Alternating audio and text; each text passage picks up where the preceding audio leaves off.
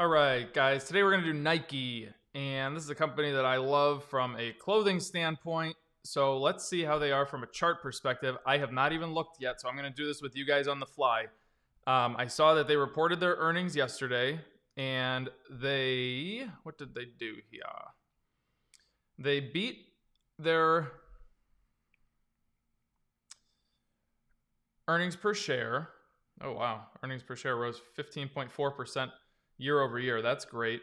They did, however, lose on revenue. They made 10.4 billion less than last year. I don't know. I mean, I guess I look at this saying last year at that point, a lot of it was people were kind of starting to move into the home gym area. And I know it's clothing and stuff, but they always say look good, feel good. So, I mean, if you're home, it's not the most ideal place for most people to go to the gym if you're used to going to a regular gym. So maybe they buy new gym clothes to make themselves feel better.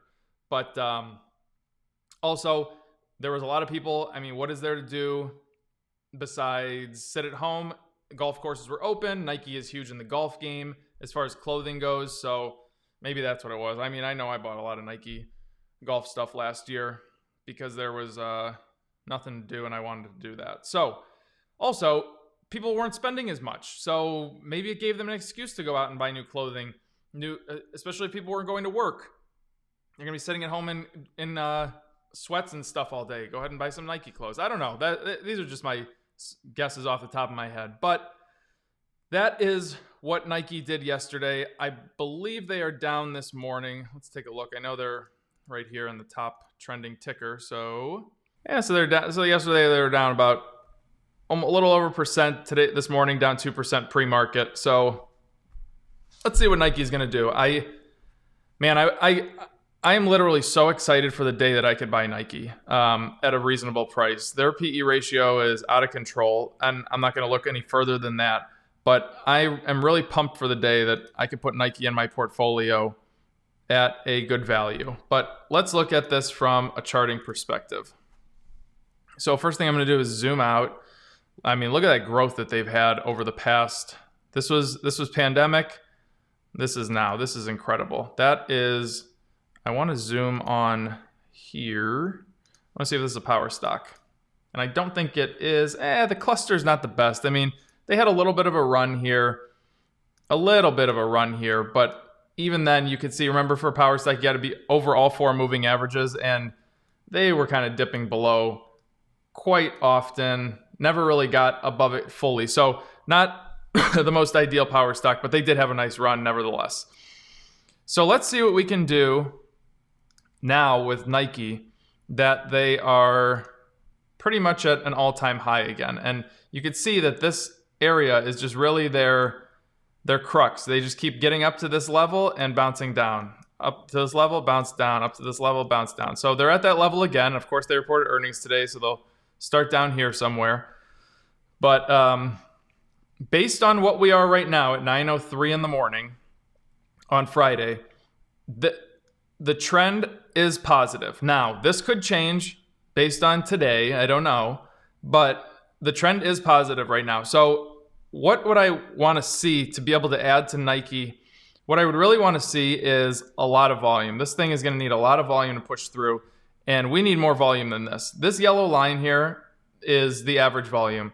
I need all of these green candlesticks to be at least right here for consistent days in a row, just like that. And that's what I need over here. That's the only way that we're going to break through this level. This earnings report did not help that. I don't know what Nike has coming out anytime soon. I'm assuming, I mean, they don't really have breaking news that often. So they just need to sell a lot more gear and just maybe, I don't know what they have to do. Just sell more gear. Sell more gear, and that price will start moving up on you. Maybe they're going to move into the Peloton bike space. I have no idea. So they need to do something to break through that resistance level. Now, if you want to do something with Nike on a long-term chart, what you're going to have to do is, I'm going to draw this right here. Pretend this is today. Say we're not, let's just put a little doji candlestick there. And if you guys want to learn about candlesticks, go to the Trading 101 series. I talk all about candlesticks in there. You can learn what a doji is, and this right here is a doji. So let's say Monday. What I want to see on Monday is a green candlestick going up like that. Tuesday, I would like to see that. Wednesday, I would like to see that. That's my most ideal situation. Thursday, I would like to see a pullback. Friday, I would like to see this. That's what I want to, this is the shape of my candlestick. And this is what I want to see on the line chart. I would want to see this, this, and that. That is what the candles that I just drew would happen. I could draw them in for you if you want. Candlestick, candlestick, pullback, and then go through. That's what I want to see as far as candlesticks go. That's what's going to help me break through this resistance level. Until then, man, Nike is going to have a long way to go before it breaks that level. It's been several months that they have not been able to get through it. So just to recap, I need candlesticks to break out like that. I need good volume to make that happen. And of course, if that does happen, this red line will continue to move up. Oops. This red line will continue to move up like that. And the yellow will follow, and we'll probably have good separation like that. It'll be a great trade. But until then, don't do anything with it. Going over to a daily chart. This is where you make your swing trades. I really like that we're over all 4 of our major moving averages. This is excellent. So that resistance is all out of the way. We're up and over it. Now, today we're going to fall. Of course, we're going to fall. But actually, let me just look. What price are we going to start at this morning? I know we're down 2%. 139. So we're going to start. We're going to start right in our moving averages. So that's not ideal. We're going to start down here. So we are right through into our 25 and 50-day moving average. So I don't like that. If next week we can just keep bumping up, like I said, that'll be fine. I do not want to swing trade this unless I'm over these major moving averages. And that just goes down to simplicity of swing trading. Of course, you can do it, but you can see how little room there is to move in here. And you can see that over the past 3 months, Nike has you can see how it just bounces back and forth right around these moving averages. There's really no room for growth. I prefer stocks that are up here over all of the major moving averages or way down here under the moving averages because it's just less resistance to deal with. Why make a headache on yourself when you can go find another stock that doesn't have this? There's 10,000 stocks out there that are blue chips. Go pick one. So yeah, that's Nike. That's from a perspective of a swing trade. Let's see what we do on a day trading chart. And remember, when I teach you guys day trading in these videos, all I'm doing is teaching you. I can't do it live for you just because, we're not live. And also, if you want to learn how to do it live, join the Bid and Ask Nation, and I will teach you how to do it. And we can do it in real time. So, to be honest with you, what I like to do is kind of zoom out a bit and see what the price movement does on a daily basis. And we can actually see, I mean, you had a nice day back here. Nothing really in here. I mean, you spent the majority of the day between 20 and 80, which is not ideal.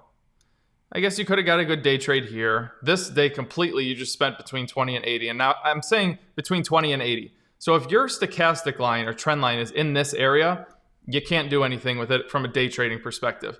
You always want to go long over 80%, between 80 and 100. And as long as you are in this area, you're good. As soon as you drop below 80, you got to sell and take your profits. If you're short on something, you have to be under 20. So between 0 and 20, just going sideways all day. Once you pop up above 20, you got to exit the position.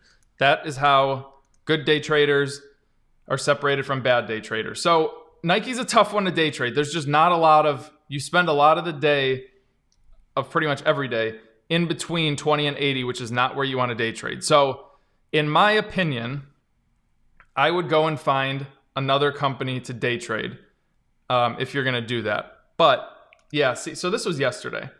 So yesterday, let me draw a nice box between 80 and 20. So there is between 80 and 20. And you can see how much of the day was spent between 80 and 20. It wasn't until about 1 o'clock you dropped below and you could have shorted it. But even with that, you look at the engulfing candlesticks and you really had maybe 2 good candlesticks where you could have gotten in and then you popped right back up. You would have had to exit your position. So Nike is not the most ideal stock to trade from a day trading perspective, like I said. My recommendation would be go find another one. So let's do a quick recap and we will go from there. So if you want to do something with Nike, remember you need a lot of good volume coming in. I want to see higher volume than this for multiple days in a row. Of course, they need to be green. I want to see engulfing candlesticks moving up like this, and I really want to clear this resistance level that it's been fighting for the past 3 months. From a swing trading perspective, I like that we're not. So we're going to start the morning here at 139 bucks a share. So we're right between our 25 and 50-day moving average. So there's some resistance that we're going to have to battle through. It goes back to the same thing as over here. If you want to swing trade this, you got to get up over, break through those moving averages, break through this resistance line. And that is just those all-time highs that it keeps bouncing off of. Exact same thing that we saw over here. So what's it going to take? It's going to take a lot of volume. That volume is going to have to come from news, sales, earnings, what have you. Going over to the day trading chart. Just remember, Nike's not the best one to trade. And the only reason I'm saying that, it doesn't have big price swings during the day. Today's pretty big price swing for Nike, 3%. We'll see how the chart moves. But remember, this is pre-market. So yes, it's going to open 3% lower today, but let's see what it does during the day. Maybe it only moves 0.5% one way or the other. That's not an ideal day trade. So go find something else. So if you guys like this, if it resonates with you, join the Bid and Ask Nation. There's less than 40 spots remaining for this level at $58. The price will go up from here as it just did from $55. Remember, with that, you get all of the Everything Money software. 8-pillar software, real estate calculator, momentum trading, retirement calculator. You guys get everything. And these are all softwares that Paul and I use in our own businesses and our own investing. We were making the 8-pillar software for ourselves, and now we're giving it to you because why not? So what do I do in the Bid and Ask Nation? I answer all of your individual questions like this. Of course, I teach. I make little short videos like this. I'll just pull up Nike and just make a short video on it if you have a question on it. And yeah, that's it. So you guys have a great weekend. I'll see you on Monday morning for the morning show, and have a good one. See ya.